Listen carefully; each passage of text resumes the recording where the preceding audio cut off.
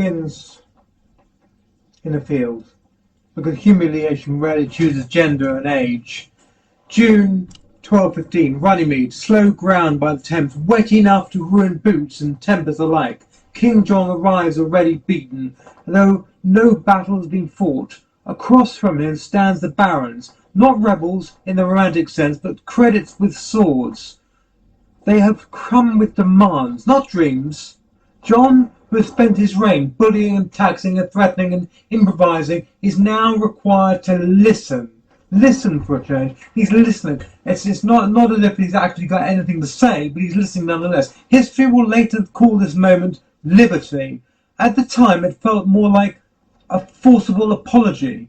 The signing of the Magna Carta was not moral awakening. It was a concession dragged out of a cordon man. John did not believe it. He resented every clause. He would later have annulled if he could, but the parchment mattered because it recorded something unprecedented. A king admitting, however briefly and under protest, that his power had limits. Once written down, that idea became dangerously portable. John's humiliation had been a long time coming. He had inherited not just a crown, but the ruins of an empire, the Angevin kings, his father Henry II, and his brother Richard I. They had ruled a sprawling continent to the million that required constant motion, money, and menace. Henry II governed like a man trying to stay ahead of his own temper. He built systems, courts, circuits of justice, and an administrative state that moved with him. He also fought everyone, France, the church, and his sons. His quarrel with Thomas Becket ended in blood on cathedral stones, an early warning that royal authority might just have stretched too far, and snapped messily. Now Richard the Lionheart, by contrast, preferred heroism to housekeeping. He spent little time in England, having not even governed it. The crusade was his passion, admiration his inconvenience. England funded his adventures dutifully. Then, essentially, when Richard was captured on his way home, the ransom bled the kingdom dry. Authority survived, but patience thinned. Government, as it might do today, could not run indefinitely on charisma alone. They try and get the American government to run on charisma, but it fails monumentally. John learned the wrong lessons from both men. Where Henry had been systematic, John was arbitrary. Where Richard inspired loyalty from distance, John inspired irritation close up. He lost Normandy in 1204, a catastrophe not only of a land but as prestige. For the first time, the English crown looked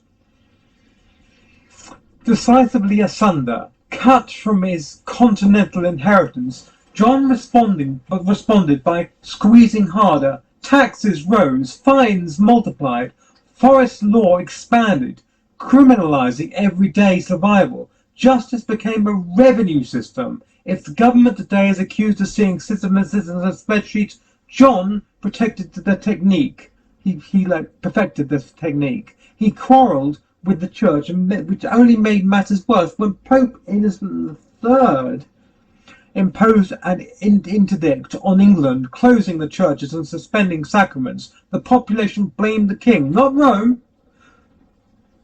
John eventually submitted, becoming the Pope's vassal in exchange for legitimacy. This was what? It was a humiliating climb down, and everyone noticed. He was now a king who bullied his subject and bowed abroad. That combination rarely ends well. By 1215, rebellion was procedural. The barons were not ideologists. They wanted predictability. Conservatism, the start of conservatism, but that would only happen 25 odd years later. For now, they wanted fixed obligations instead of royal improvisation. The Magna Carta gave them that in legal prose, dense enough to encourage poetry but clear enough to endure, it addressed inheritances, fines, trade, debt, and most provocatively, due process. Due process which we are forgetting today. Clause by clause, it turned grievous into apology. John signed because he had no other alternative. Within weeks, he was plotting its destruction. Civil war followed because of course it did. John died in 1216, leaving behind a kingdom exhausted and a document nobody knew quite what to do with, though William Marshall did later on. Henry III inherited both. Magna Carta survived not through enforcement but reputation. It was issued, revised, and repackaged until it hardened into custom, like many forms today. It worked less because it was radical than because it became boring.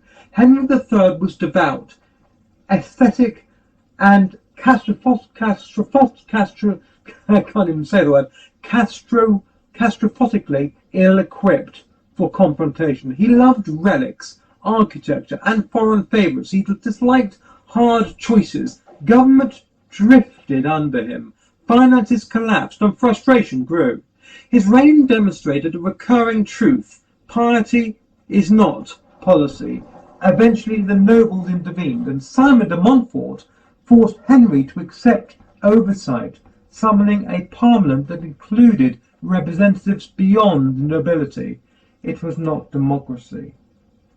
Democracy today is known as populism, but this was not it. It was pressure. Edward I inherited this mess and reacted as if insulted by it.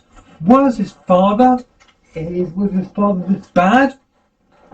He was tall and severe. Edward believed in law, but not as a shield for the weak. Law was a weapon, and he intended to wield it properly, unlike his predecessors. He confirmed Magna Carta, not out of sentiment, but because he understood its usefulness. Constant, if controlled, could stabilize power. Edward's severity was not theoretical. He conquered Wales with castles and administrators, imposing authority stone by stone. He turned his attention to Scotland with equal determination, igniting wars that still echo in national memory. Edward did not negotiate identity, he enforced it. His parliament expanded representation, but always under royal direction. Consultation, yes. Consent, eventually. Control, always. Trade became central to Edward's strategy. He understood that prosperity underwrote obedience. Statutes regulated customs, protected merchants, and limited arbitrary seizure. I think foreign traders were granted debt rights. Debts were formalized. Violence restrained. It was governance by ledger. Modern states would recognize the logic instantly. Keep goods moving, money flowing, and unrest manageable. Taxation, however, never stops stinging. Never does. It remains to this day. Tillage hardened into expectations. Custom duties became permanent. War demanded funding. Subjects complained, compiled, and complained again. The ordinances of the forest attempted to soften royal intrusion, but resentment restrained. Edward governed effectively, not gently, never gently at all. If John had humiliated the crown, which he did, Edward restored its spine, sometimes at the expense of its soul. Ireland and Gascony complicated everything. Ireland resisted administrative neatness. Gascony entangled England in endless disputes. Endless disputes with France, indeed. Of all the places, Edward's diplomacy with Philip IV resembled a medieval Cold War. Formal courtesies masking strategic hostility. Treaties postponed conflict. They did not resolve it. Edward could build castles and write statutes, but he could not stabilize rival monarchies with equal ambition. By the time Edward died in 1307, The Plantagenet system was firmly established. Kings would rule strongly, but not arbitrarily, and law would bind ruler and ruled alike, though not through equality. Parliament would exist, though always contested, as it is today. Magna Carta had become a lesser threat than a reference manual. Seen from a modern distance, the parallels are uncomfortably familiar. Governments that overreach fiscally discover limits quickly. Leaders who treat law as inconvenience eventually meet its obstacle. Reforms born of crisis, though, become tradition through reputation. Trade is stabilised not by goodwill but by rules. War drains legitimacy. As efficiency, it drains treasuries. Magna Carta endures not because it was perfect, but because it acknowledged something timeless. Timeless. Timeless. Timeless. Timeless that power works best when it expects to be argued with. A cold day in Runnymede deserves its reputation precisely because it was undignified. It really did. It didn't score on that rating at all. No soaring speeches, no unity, just damp ground, clenched teeth, and a king forced to sign what he despised. History often advances this way, not through vision, but through embarrassment. Something we're experiencing today. Authority rarely reforms itself willingly. It does so when left with no alternative. This then is the Plantagenet dynasty. But order negotiated under pressure, a tradition born not of idealism, but of irritation, and a reminder, still relevant, that when rulers stop listening, they eventually find themselves in a field wondering how it all came to this. Now, are we to recognise this in the symptoms which are currently occurring today? Are we to see what's going on and exactly how we are being bred? Are we to see the results of overseas trade and the results of overseas interventions? Do we find ourselves in a field today? Do we find ourselves trying to negotiate a pledge towards something which actually cannot be maintained? No. Of whom do the minstrels sing? Of Richard, who bankrupts them to conduct his slaughter 1,000 miles away. I think you know what I'm talking about. Give us a good clicking. Shakanaka.